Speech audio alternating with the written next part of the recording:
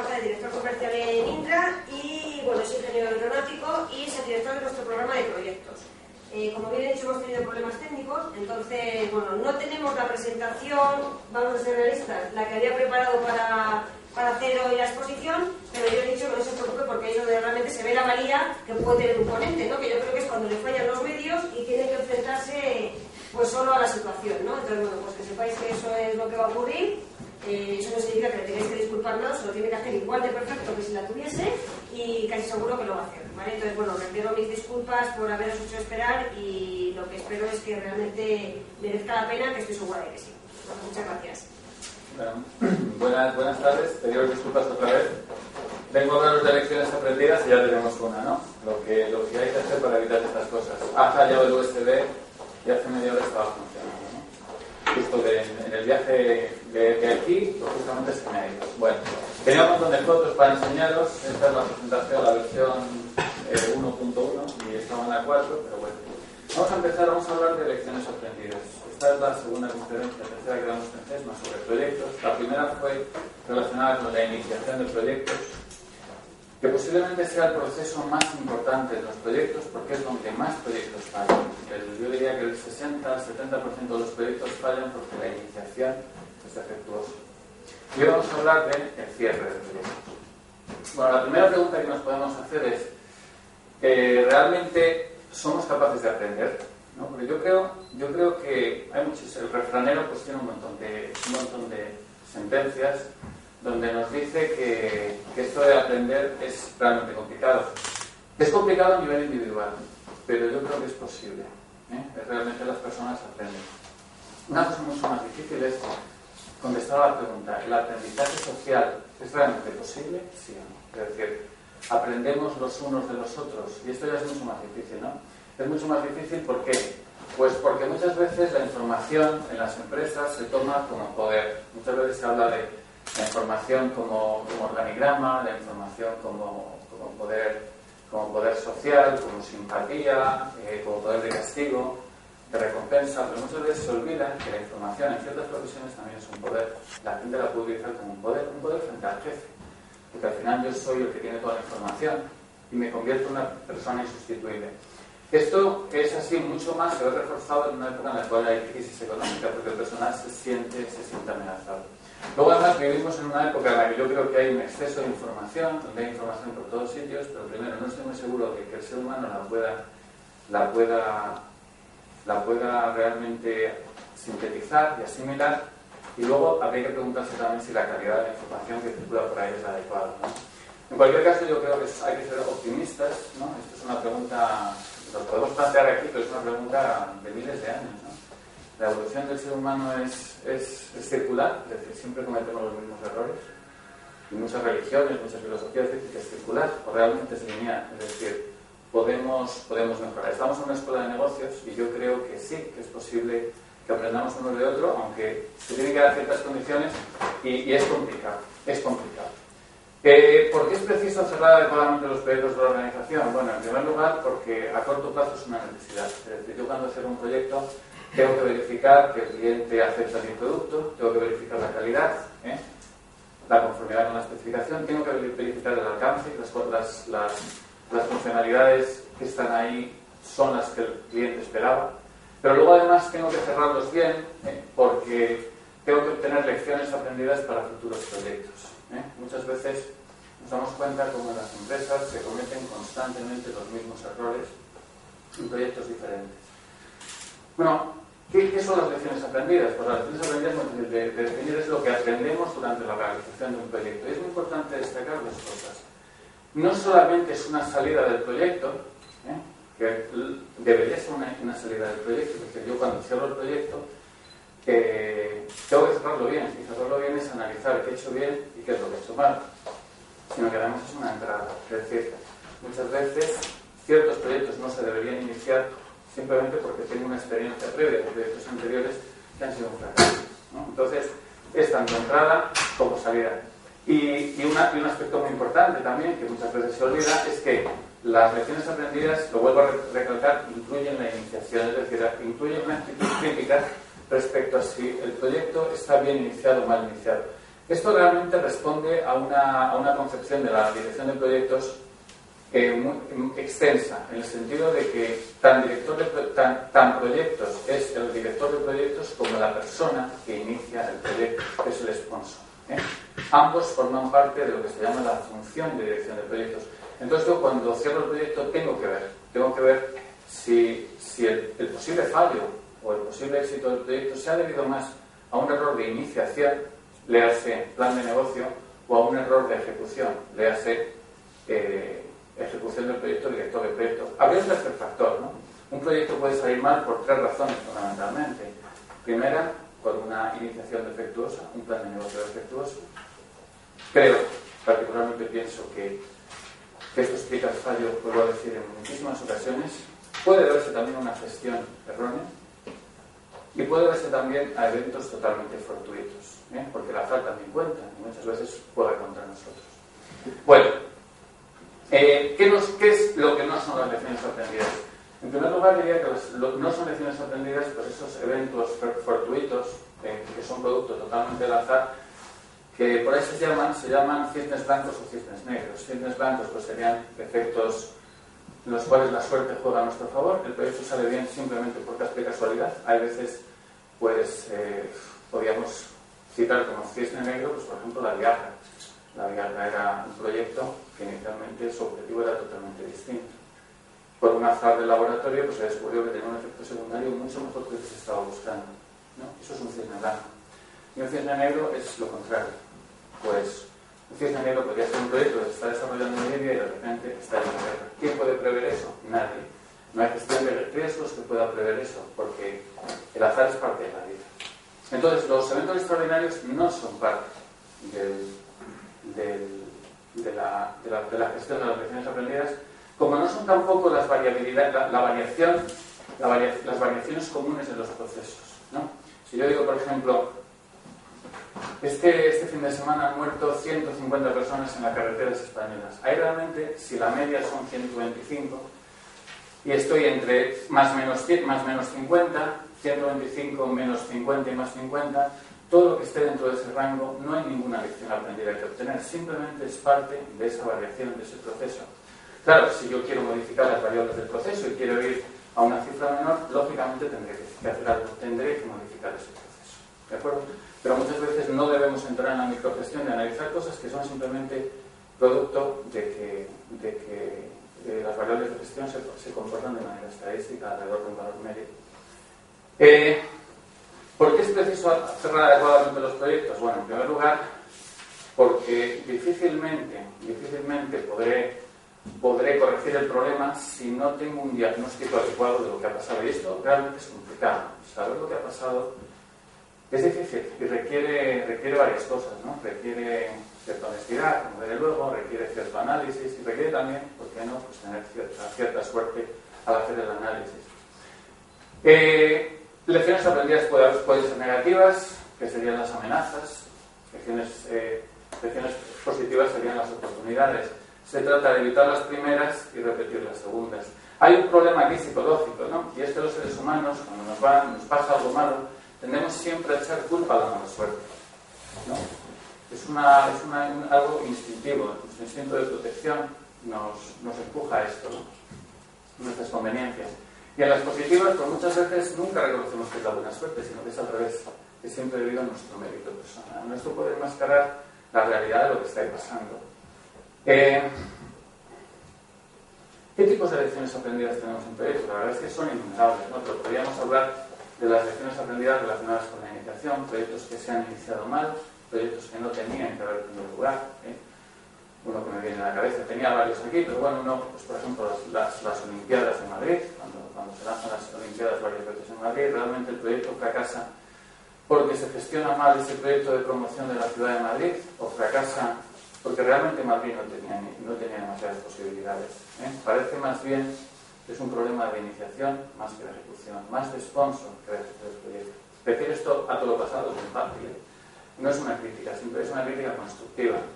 Relacionadas con errores aciertos en el cierre. Puede haber lecciones aprendidas de ver que proyectos se han cerrado mal. Por ejemplo, proyectos que han sido fracasos. Muchas veces se tienden los proyectos que son grandes fracasos a cerrarlos y no hacer nada más. Sin olvidar que muchas veces proyectos entregables, aunque no se haya llegado a la meta final, pueden tener cierto valor y hay que saber aprovecharlos. Incluso la lección aprendida en sí mismo es un entregable del proyecto. Lecciones relacionadas con los procesos de gestión. Una de las misiones de las lecciones aprendidas es mejorar los procesos de gestión de proyectos de mi empresa. El procedimiento de gestión de cambio, el propio procedimiento de iniciación de proyectos, etcétera, etcétera. Esto debe ser una mejora de mis activos organizacionales, que son mis procesos, de mis intangibles. Relacionadas con la planificación de costes y tiempos. Ejemplos muy de estos siempre hay. Cuando yo he tenido una desviación en tiempos, en costes, en el proyecto, en calidad, una desviación en tiempos, en costes, ¿a qué se debe? ¿Se debe a una mala ejecución o se debe a una mala estimación? Lo que debería hacer rapidísimamente una vez acabada la fase o el proyecto es revisar mis estimaciones si eran erróneas. ¿De acuerdo? Bueno, relacionadas con la gestión del equipo, relacionadas con la gestión del cliente, proyectos que pueden haber acabado aparentemente bien en tiempo, coste y calidad, pero a lo mejor he dañado mi relación con el cliente. Es algo que debería revisar, si realmente el proyecto ha contribuido a fidelizar al cliente o ha contribuido a no fidelizarlo. Algo que es parte también de las lecciones aprendidas es cuando cierro un proyecto, ¿qué es el éxito de un proyecto? ¿El éxito de un proyecto es el éxito del director del proyecto? No. El éxito del proyecto el éxito del proyecto realmente es el éxito de la organización. Lo que se llama el Project Assurance, el aseguramiento del proyecto, es que el proyecto haya cumplido sus objetivos. Pero en algunas ocasiones el proyecto cumple sus objetivos, sin embargo, los objetivos del proyecto no estaban alineados con los objetivos de la organización. Es decir, un proyecto mal iniciado con éxito es un fracaso para la organización. Se llama distinguir entre el Project Assurance y el Business Assurance, ¿no? El aseguramiento de negocio y el aseguramiento del proyecto. Lógicamente, si existe el primero y no existe el segundo, es que el proyecto estaba mal iniciado, ¿no? Esto que digo muy rápido es tremendamente difícil luego de realizar en las empresas, porque en muchos casos esa responsabilidad de iniciación no está claramente definida. La figura de sponsor, como persona responsable de la iniciación del proyecto, del plan de negocio, que firma el plan de negocio, que ante la dirección dice yo creo que esto es una buena idea y además este es el plan de negocio y lo firmo, esa figura en muchas empresas no existe. Lo que hace muy difícil que cuando se cierra el proyecto, el jefe del proyecto, el equipo, pueda distinguir entre los fallos de iniciación y los fallos de ejecución, ¿no? Y es realmente importante. ¿Cuál es el proceso? Bueno, el proceso es muy sencillo. Con todos los registros del proyecto, con todas las desviaciones a partir del plan, de la línea de base, cronograma de tiempos, de coste, especificación de calidad, ir registrando todas las desviaciones que se van produciendo en el proyecto, tanto positivas como negativas. La información de proyectos anteriores también puede ser relevante. Es decir, si yo tengo un proveedor, por ejemplo, que ha tenido un mal rendimiento en el proyecto, realmente a lo mejor no puedo extraer una lección aprendida de eso si no veo el histórico de ese proveedor con el resto de la empresa, simplemente por lo que decía anteriormente, la variabilidad común del proceso. A lo mejor un proveedor ha tenido un registro muy bueno y justo nuestro proyecto ha fallado. No debería extraerles una lección aprendida negativa. Muchas veces, ya por eso digo que los proyectos anteriores son necesarios. Establecer relaciones causa-efecto. Esto es posiblemente lo más difícil. Es lo más difícil porque los seres humanos esto lo hacemos bastante mal. Establecer relaciones causa-efecto, esto es un poco como pelar una cebolla. Aparece una causa, pero debajo hay otra causa, debajo hay otra causa, y al final nos perdemos en esa relación de causalidad. Y normalmente existen muchas causas que explican un problema. Cuando hay un accidente en una empresa, ¿a qué se debe? Se debe a una mala formación del empleado, se debe a un fallo en el mantenimiento, se debe a un fallo de calidad en el proceso, posiblemente los accidentes se deban a la confluencia de todas esas causas. Y lo difícil aquí es ver cuál es la causa primigenia, la causa que ayuda a explicar, que permite explicar un mayor porcentaje del problema. Bueno, como hay tantas causas, por eso hay que priorizarlas. Para eso yo creo que es inestimable la ayuda de Pareto, que nos dice, si es verdad, que yo creo que es verdad, que unas pocas causas explican una gran parte del problema. Esto es difícil en sí mismo, como labor analítica, pero además es que está muy condicionada por otros dos aspectos que hacen que las lecciones aprendidas sean, para mí esto es lo más difícil de implantar, y cuando hemos tenido alguna experiencia en alguna empresa de intentar implantarlo, es realmente difícil. La honestidad. La honestidad. Existen aspectos personales y culturales que son difíciles de contrarrestar. Personales. A nadie le gusta lavar su ropa sucia delante de los demás, ¿no?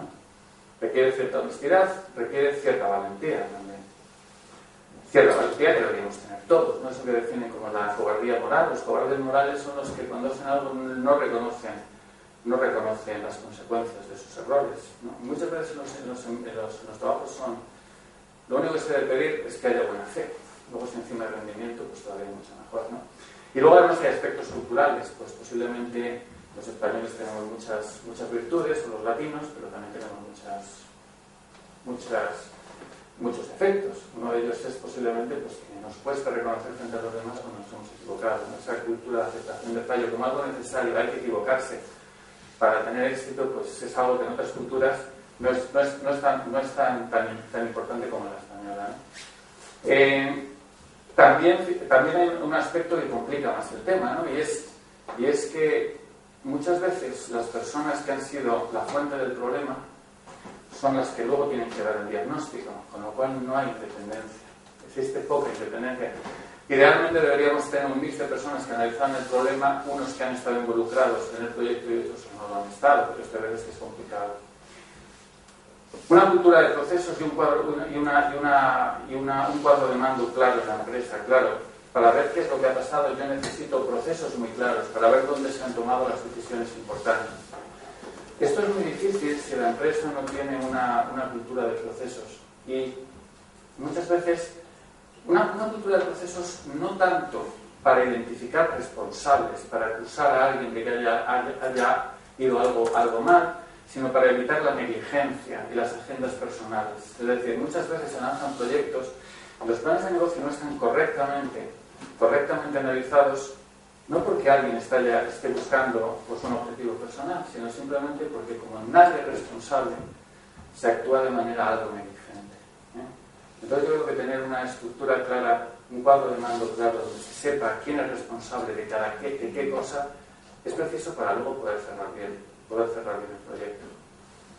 Y bueno, luego, una vez que tengo identificadas las causas más importantes, pues establecer acciones correctivas, un tratamiento para evitar la recurrencia. Bueno, aquí les había traído un montón de ejemplos de diversos proyectos de actualidad. Fukushima, por ejemplo. Fukushima es un proyecto donde se ha demostrado que los niveles de seguridad sísmica pues, eran insuficientes. El riesgo se había identificado, pero los márgenes no eran suficientes. Y entonces ahora se va a mejorar la seguridad frente a terremotos de mayor intensidad.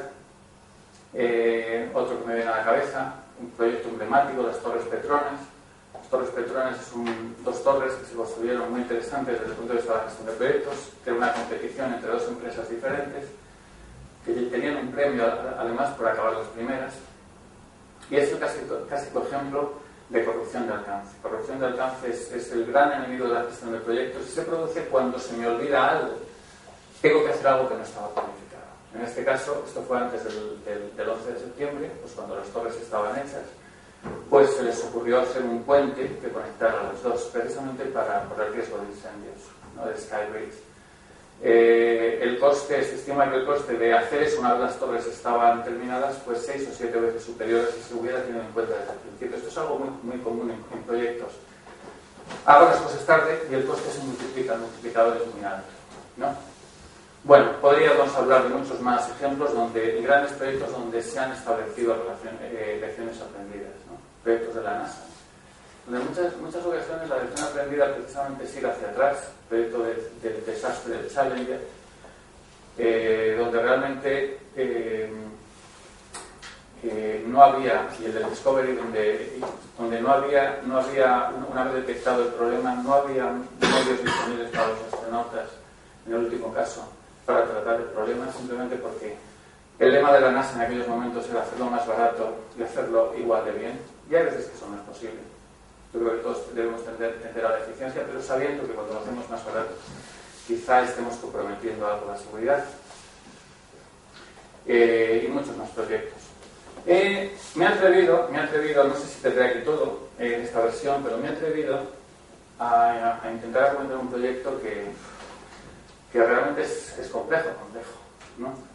Y es el complejo, intentando utilizar un poco las herramientas de calidad y las herramientas pues, de gestión de proyectos y todo esto que les acabo de contar, ¿no? ¿Por qué tenemos una crisis económica ahora? Una crisis financiera, ¿no? El problema que me encuentro con esto, soy un apasionado de la economía, aunque yo soy ingeniero, con lo cual, pues bueno, lo hago desde un poco desde el punto de vista material y seguro que hay gente en esta sala que de esto sabe mucho más que yo. Pero el problema que nos encontramos es el de siempre, ¿no? El que comentaba antes, pues quizá la falta de independencia. Lees un libro, te dicen una cosa.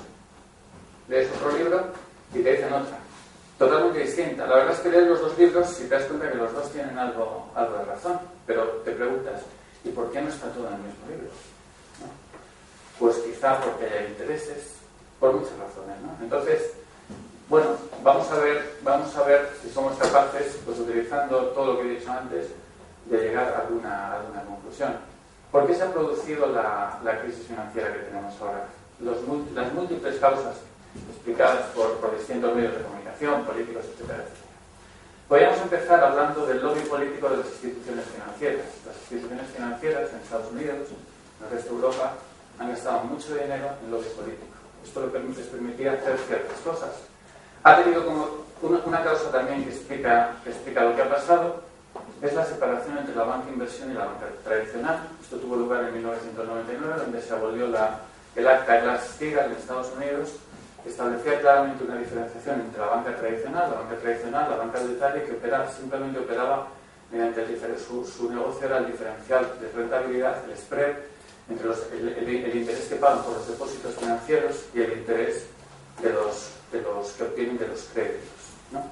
De eso se pasó un modelo de banca pues, que se dedicaba a hacer otro tipo de operaciones, donde las comisiones eran mucho más altas, antes en algunos casos eran inexistentes y los márgenes eran mucho más altos. Bueno, el problema no es que se dedicaran a esto, sino que se mezclaron las dos bancas.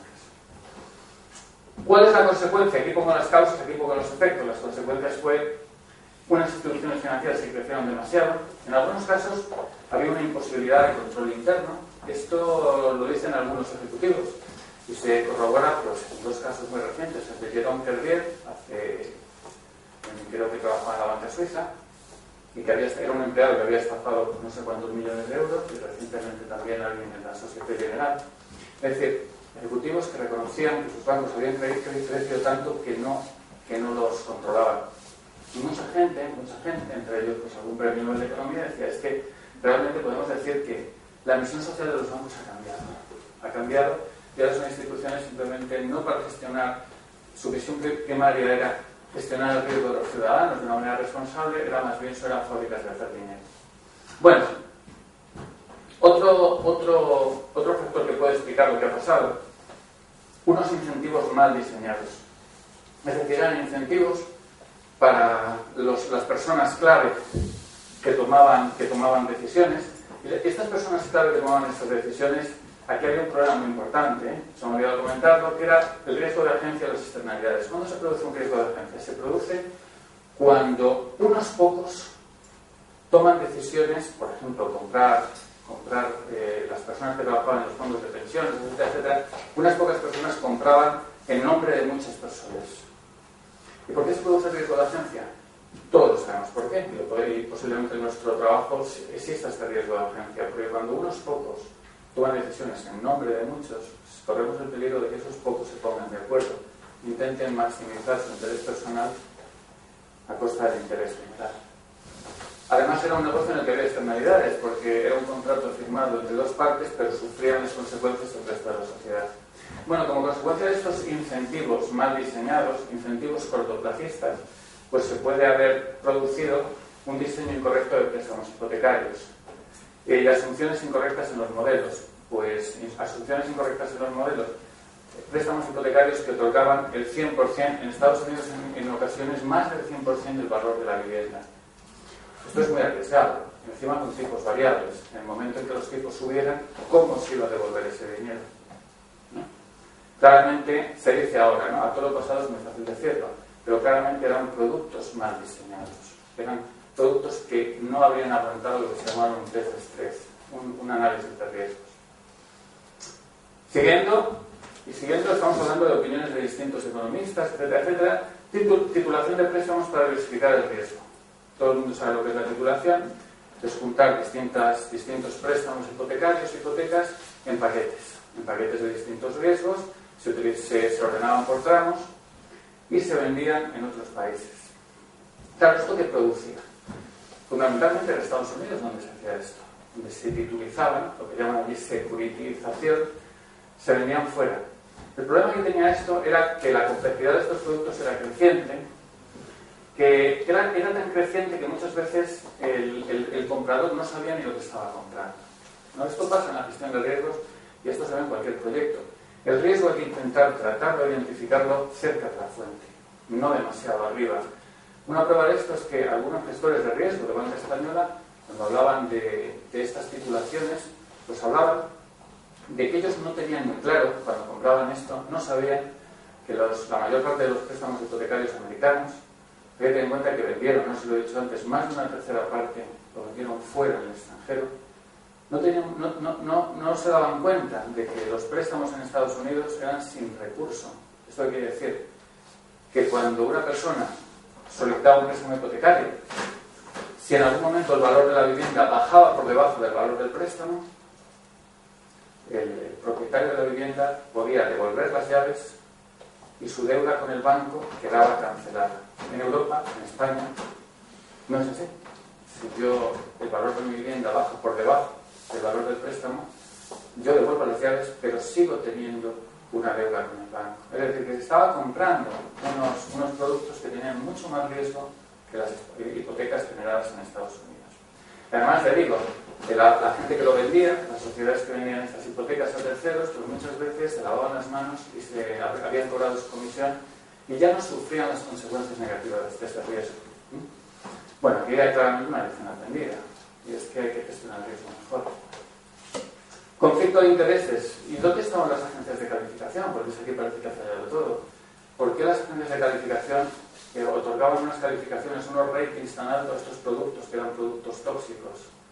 Bueno, hay gente que dice que una de las razones de estos errores tenían mucho que ver con que las agencias de calificación, en muchos casos, sus clientes principales eran las propias instituciones financieras, es decir, existía un conflicto de intereses. En el caso de España, pues además, posiblemente en otros países también, pero en el caso de España en concreto, en algunas instituciones financieras, en las cajas de ahorros, pues la injerencia política producía unos errores en las inversiones. Tenemos ejemplos de proyectos claramente mal iniciados, el aeropuerto de Castilla-La Mancha o Quijote, ¿no? Como últimas causas, pues hay gente que habla de tipos de intereses bajos. Realmente esto de los tipos de interés bajos yo creo que no tiene mucho sentido, ¿no? Porque el hecho de que los tipos de interés fueran bajos se pone a veces como excusa para decir, como eran tan bajos es que todo el mundo se tenía que comprar una casa. Es como si dijéramos, en una fábrica las materias primas son tan baratas, tan baratas, tan baratas, que el negocio va a ir mal porque va barato. Si es que precisamente el negocio de un banco es mover el dinero. Si el tipo de interés es bajo, pues mucho mejor, ¿no? Posiblemente fueron otras cosas. Fuera que había un déficit de regulación, y en algunos casos había un déficit de regulación, en otros casos no. Simplemente no se cumplía la legislación. No se cumplía la legislación porque no se quería cumplir. Quizá porque existía el odio, ¿no? Esto es realmente complejo y aquí existen un montón de interrelaciones que no están representadas. En el caso de España en concreto, yo creo que además había un problema de indefinición del modelo de política industrial, clarísimo. ¿Esto en qué se traducía? Pues, en definitiva, todo esto ha llevado a una selección incorrecta del mix de sectores de generación de valores. Es decir, tenemos en España, en el resto de Europa, en Estados Unidos, posiblemente un sector financiero que haya crecido demasiado, es demasiado grande. No necesitamos un sector financiero tan grande, no necesitamos una banca de inversión tan grande. Y posiblemente no necesitemos un sector de la construcción tan grande. No quiere decir que el sector de la construcción haya sido un error, pero el mix parece que no ha sido el apropiado. Ese sería el efecto. Realmente esto además, y este sería un proyecto mega complejo, es todavía más difícil, porque muchas veces, y vuelvo a lo de la complejidad causa-efecto, muchas veces en las relaciones causa-efecto hay círculos viciosos. A mí esto me pasa muchas veces pues, con gente que trabaja para mí, ¿no? O gente que trabaja en otras divisiones fuera de Madrid, y dices, no toman decisiones. ¿Y por qué no toman decisiones? Ellos te dicen, no tomo decisiones porque no me das autoridad. Y muchas veces desde aquí decimos, no tomas decisión, no te doy la autoridad porque nunca tomas decisiones. Es decir, ¿qué explica? Una causa explica el efecto, pero el efecto vuelve a explicar la causa. Es decir, siempre hay círculos viciosos. Es decir, por ejemplo, las agencias de calificación que calificaban mal porque eran sus clientes o al revés. Para que fueran sus clientes les calificaban de esa manera. Es decir, son efectos que se retroalimentan. Claro, lo que hay que hacer cuando hay un círculo vicioso es intentar romperlo en algún sitio. Intentar romperlo por donde creamos que va a tener un efecto multiplicador mayor. En este caso, y esto es lo más difícil, muchas veces no porque no tengamos gente muy inteligente, sino porque la gente, vuelvo a repetir, la gente que tiene que tomar esta decisión, y ahora voy a hablar de lo que decía antes, de Pareto, de elegir las causas realmente que explican el 80% del problema. Muchas veces la gente que tiene que hacer esto son gente que tiene intereses en el propio proceso, ¿no? Vamos a suponer, y aquí ya esto es tirarse un poco a la piscina, que estas son las causas más importantes: lobby político de las instituciones financieras, separación de la banca inversión y tradicional, temas personales, maximizar el retorno personal, expensas del retorno social, conflicto de intereses de las agencias de calificación e instituciones financieras, déficit de regulación, indefinición de modelo de política industrial, injerencia política en las instituciones financieras. Vamos a suponer que estas son las causas que explican la mayor parte del problema. Habría más, ¿no? Hacen que incluso habla de que, bueno, que existe un problema general de falta de valores éticos en la sociedad que explicaría a todos ellos, ¿no? Bueno, si estas son las causas, pues llegaríamos a partir de lo que hemos analizado, a partir del análisis de crisis pasadas y similares. Para este problema tan complejo deberíamos ver qué ha pasado en proyectos pasados, en proyectos similares. El ejemplo que contaba antes del proveedor, no me vale coger solamente qué ha pasado en el proyecto actual. Y esto es difícil, porque muchas veces no tengo la información suficiente. El problema en proyectos, en muchos casos, es que estadísticamente la información que tengo no es relevante porque es muy poca. Y aunque haya habido muchas crisis en la historia, tengo que mirar crisis que sean similares, parecidas, para no extraer la conclusión errónea. Y algo que también muchas veces se olvida a la hora de tomar las decisiones, influyen también mis valores. Y podría hablar un montón, podría hablar de valores profesionales, de valores personales, incluso de valores país, ¿no? Posiblemente no se enfrenta a la crisis igual un país como Francia, como España, donde el valor igualdad tiene mucho más peso que un país como Estados Unidos, o como el Reino Unido, donde la desigualdad pues se acepta como algo más natural, ¿no? Pues como algo inherente a la vida. Bueno, con toda esta maraña de información, pues tengo un diagnóstico y tomo unas acciones correctivas, una decisión, ¿no? Bueno, lamentablemente aquí es donde proseguía la presentación, me voy a tener que quedar aquí. Pero bueno, una posible solución sería la privatización de las cajas de ahorro, la su despolitización, la separación de banca de inversión, fomento de cultura de responsabilidad para evitar el riesgo moral, un riesgo que muchas veces no se está teniendo en cuenta, el riesgo de ayudar a las instituciones o a las empresas que han hecho las cosas mal. Definición de un mix de sectores prioritarios de generación de valor a nivel nacional, mayor regulación e independencia de organismos de control, etcétera, etcétera. A corto plazo, realmente, esto es lo realmente difícil, porque esto ya sabemos lo que hay que hacer a largo plazo y posiblemente hay gente que no esté de acuerdo, esta es mi opinión. Y es una opinión para ilustrar un proceso de cierre de lecciones aprendidas. Actualmente pues hay dos grandes orientaciones para resolver el problema. Una es ayudar de manera directa a la banca, que es la que se está intentando, y hay otra gente que propone que la ayuda sea directamente a otros grupos de interés, ya sea, por ejemplo, propietarios de viviendas. Y de esto hay mucho, incluso hay gente que propone liquidar los bancos tal y como están ahora mismo y que los accionistas, los bonistas, pasen a ser los accionistas de los bancos, con lo cual el banco empezaría una nueva vida sin prácticamente deudas. Lógicamente esto es muy fácil de decir, pero es muy difícil de llevar a la práctica. Bueno, Me voy a tener que quedar aquí, lamentablemente, pedirles otra vez disculpas. Simplemente decir que todo esto hay que integrarlo en una base de conocimientos, en la base de gestión de conocimientos de la empresa.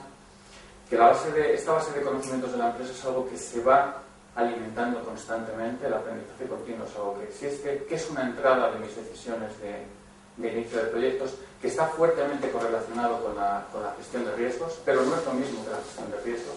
La gestión de riesgos es un proceso que pretende mitigar, evitar algo que se prevé, mientras que las lecciones aprendidas en cierre del proyecto es gestionar algo que ya ha pasado, sobre lo que tengo información. Sin embargo, son proyectos que están muy interrelacionados, porque cuando yo gestiono los riesgos, mi entrada principal es la identificación de las cosas que pueden ir mal. Y para eso necesito la base de lecciones aprendidas. Cuando yo estimo los costes, cuando yo estimo las duraciones, cuando yo estimo las compras, los riesgos asociados a las compras, todo eso se nutre de la base de conocimientos de lecciones aprendidas. Y a su vez, la salida de todos esos procesos vuelve a la base de lecciones aprendidas. En resumidas cuentas, creo que es necesario, creo que podríamos aprender muchísimo si solamente retuviéramos esas experiencias tan valiosas para no repetir los mismos errores. Y al mismo tiempo, yo creo que ese es el objetivo fundamental de todos los que nos dedicamos a todos los proyectos y de todos los profesionales que quieren hacer su trabajo bien, no volver a cometer los mismos errores, intentar que los demás aprendan de nuestros errores, y hay que ser para eso un poco generoso. Y decir que es una tarea realmente difícil, porque la dificultad del proceso no consiste en desarrollar el propio proceso, sino la dificultad consiste pues muchas veces en el cambio cultural, y el reconocer que nos hemos equivocado con todas las consecuencias que eso pueda traer consigo. Bueno, y con esto yo creo que lo vamos a dejar. Pedir otra vez disculpas por todo. Y la lección aprendida ha sido, lógicamente, que la próxima vez, en vez de traer un USB, traeré por lo menos una docena de USBs. Muchísimas gracias.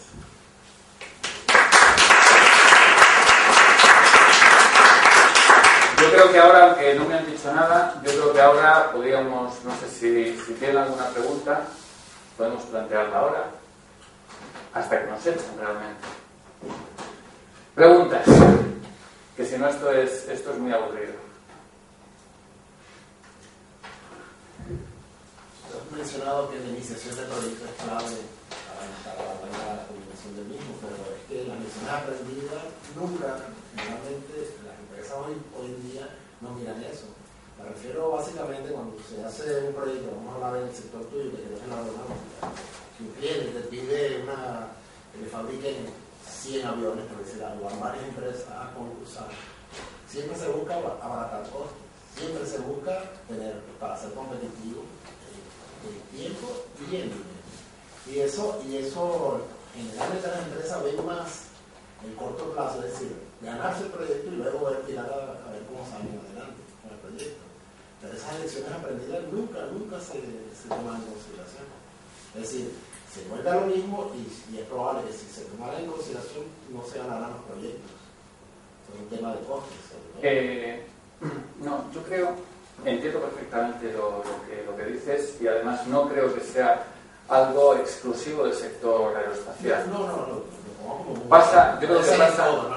Yo creo que pasa, efectivamente, yo creo que pasa en todos los proyectos y yo creo que es compatible la supervivencia de las empresas. Que al final las empresas tienen que ganar contratos para sobrevivir, lógicamente, con hacer esto bien. Es decir, si yo tengo que bajar el precio para conseguir un determinado proyecto, lo que me tengo que preguntar ahí es si realmente este proyecto es un proyecto táctico de ganar dinero o es un proyecto estratégico, donde lo que yo persigo es ganar un cliente o entrar en un nuevo sector. Si consigo hacer esto, podré cerrar el proyecto adecuadamente, porque si el proyecto es estratégico, puedo haber perdido dinero, pero en el fondo no lo he perdido, porque estratégico quiere decir que el objetivo de rentabilidad será un objetivo a largo plazo. Yo me tengo que plantear ese proyecto no como algo aislado, sino como una serie de proyectos donde al final ganaré más dinero. Y entonces ese proyecto a pesar de que haya perdido dinero en ese proyecto, es un proyecto de éxito.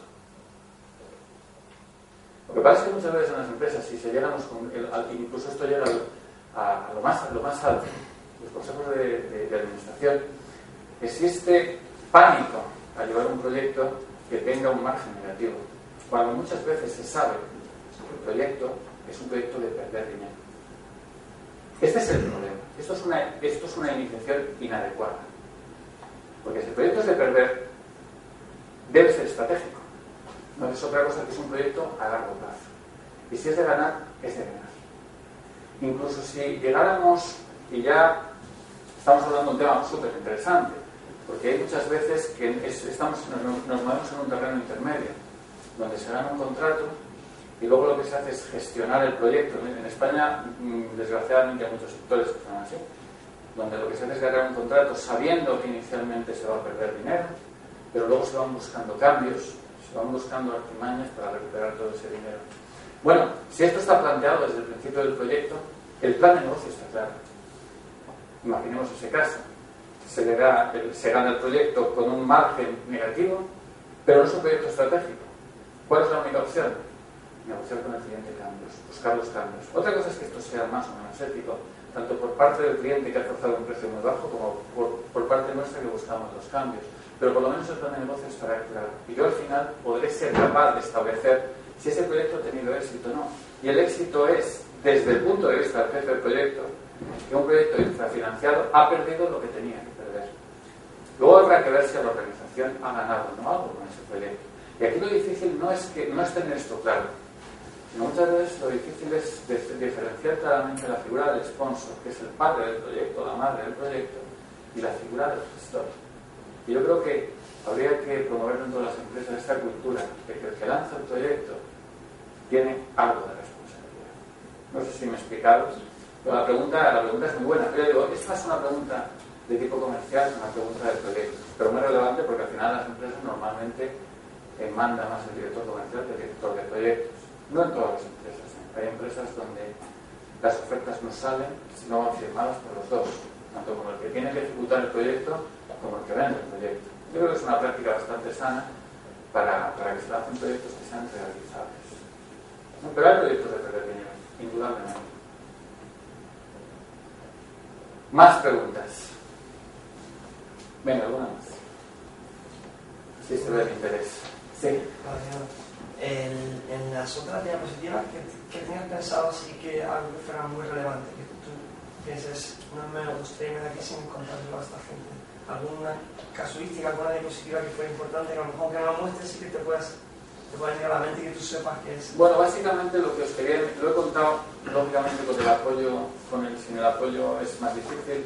¿Cómo se integra la base de conocimientos de las lecciones aprendidas dentro de lo que es la base de conocimiento de los proyectos, ¿no? Y cómo interaccionan los distintos procesos con el cierre del proyecto. Básicamente es eso, ¿no? Lo he contado porque es difícil de contar sin un apoyo gráfico, pero la idea es esta, ¿no? Que las lecciones aprendidas no son una salida, sino que son una entrada también. Y que muchas veces existen lecciones aprendidas. Todos los proyectos tienen lecciones aprendidas. En todos los proyectos hay errores en la estimación de coste. Entonces, esas estimaciones de coste, yo me debería preguntar, cuando son significativas, lógicamente, porque si no estaría tirando el dinero y el tiempo. Cuando son realmente significativas, debería preguntarme el por qué y volver a mis procesos de estimación.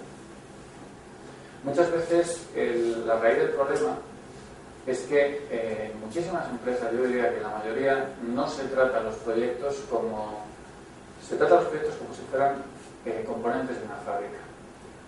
No interesa saber lo que ha costado cada proyecto, sino que interesa conocer la cuenta de resultados global de la empresa. Esto es un error, porque yo creo que en todas las empresas en las que he estado podría decir que el 60, el 70% de los proyectos ganan el 140% del resultado anual de esa empresa. Me explico. ¿Esto qué quiere decir? Que el 70% de los proyectos expliquen el 140% de la cuenta de pérdidas y ganancias. Pues quiero decir una cosa muy sencilla, que hay proyectos que ganan mucho, pero hay otros que pierden. Entonces, si yo no tengo una contabilidad por proyectos, todo está diluido y no sé dónde gano y no sé dónde pierdo. Y esto es un error, porque yo no digo que la contabilidad analítica tenga que ser llevarlo todo al céntimo de euro, ni mucho menos, pero sin contabilidad analítica no hay contabilidad de gestión. También entiendo que muchas veces es mucho más cómodo decir que todo va bien, mezclar la contabilidad de los proyectos, pero desde luego si hacemos esto en una escuela de negocio no se puede hacer, y en una empresa yo creo que tampoco se puede hacer. Tampoco se le puede pedir lo mismo a todos los proyectos, pero hay proyectos que tienen distinta dificultad. Pero yo, cuando se cierra el proyecto, debo saber si ese proyecto ha ganado o ha perdido, si al cliente lo he fidelizado más o menos, si he creado más o menos equipo, y eso se puede medir. Básicamente eso era lo que traía en otras transparencias. Más. Vamos a ver, cuando en una empresa hay varios proyectos, como te has dicho ahora, al final se diluye unos con otros. Tú cargas a un proyecto, otro lo carga a otro, y al final no sabes cuál gana y cuál pierde. Pero para que tengas una base de datos o unas lecciones aprendidas, también tiene que haber un flujo de información. Y en estos días, con los cambios que hay en las empresas, a lo mejor el sponsor o un sponsor comienza un proyecto, luego hay un gestor de proyecto, y cuando está justo para terminar ese proyecto, ni el sponsor ni el gestor de proyecto están ya en ese proyecto. Y al final, el que cierra ese proyecto es otra persona totalmente distinta. Como no ha habido flujo de información, al final es una isla. Y al final es muy complicado hacer un proyecto. O sea que el flujo de información es muy importante y no lo hay. Yo entiendo lo que dices. El hecho de que haya un cambio de sponsor. Un cambio de sponsor es más complicado. Un cambio de jefe de proyecto se da en proyectos muy largos. En cualquier caso, la transferencia de responsabilidades se debe hacer de manera apropiada. Pero muchas veces, y quizás no lo he dicho, para poder hacer bien las lecciones aprendidas hay que tener bien documentado el proyecto. Yo como jefe de proyecto no puedo decirle a mi jefe que ha iniciado el proyecto, que el proyecto está mal iniciado, si no tengo datos, si no tengo evidencias. Yo no puedo jugar aquí con opiniones. Y no se trata en absoluto de culpar a mi jefe o que él me culpe a mí. Se trata de evitar que esto vuelva a pasar. Entonces tú dices, muchas veces hasta el final ha habido un cambio en las responsabilidades y al final ya no se sabe qué es responsabilidad de uno y qué es responsabilidad de otro. No realmente, porque si tú llevas el proyecto bien controlado, la única manera de entregar un proyecto a tiempo y en coste y en calidad es tratar cada fase del proyecto como un proyecto en sí mismo. Si te empiezas a retrasar desde el principio, al final no lo vas a entregar. Es la única manera, sobre todo en proyectos largos. No decir, como el proyecto se entrega dentro de 10 años, no pasa nada, tengo holgura. No. Ese proyecto seguro que se retrasa. Entonces, esto para hacerlo bien, habría que hacerlo al final de cada fase. Cada fase es un proyecto. Al final de cada fase tienes unas lecciones. Y las lecciones aprendidas se hacen al final de cada fase, analizando las significativas. Y lógicamente el sponsor no podría, yo sería partidario de que no desapareciera hasta el final. Si se va de empresa es otro asunto, ¿no? Pero lógicamente al final de cada fase es cuando se reevalúa el plan de negocio. Y en ese momento hay una responsabilidad de ejecución, que es el jefe de proyecto, y una responsabilidad de iniciación, que es el sponsor. Si un proyecto va bien en la fase 3 y en la fase 5 se ha ido, lógicamente es que a lo mejor los nuevos responsables tienen cierta responsabilidad. Habría que ver lo que pasa. Porque vuelvo a decir lo mismo. Yo creo que Pareto, junto con Maslow, yo creo que son de las pocas cosas que se cumplen en gestión, ¿no? La pirámide de Maslow. Y Pareto para eso también nos dice algo en proyectos. Otra vez la iniciación. El 80% del éxito del proyecto lo explica el 20% inicial del proyecto. Esto es verdad. La fase de iniciación es fundamental. Como es fundamental el diseño del producto o del servicio. Tú coges un proyecto que está llegando al final y básicamente, por muy excelente que seas, el proyecto no lo salvas. O el diferencial, la ventaja que vas a obtener es mínima. Esto pasa en todos los proyectos. En todos los proyectos. Y la clave es, como tú dices, no esperar hasta el final. Esto hay que hacerlo por fases y llevarlo ordenado por fases, porque al final, si no, no sé No sé a qué se deben las desviaciones ni dónde se han producido. ¿Te he contestado? Más.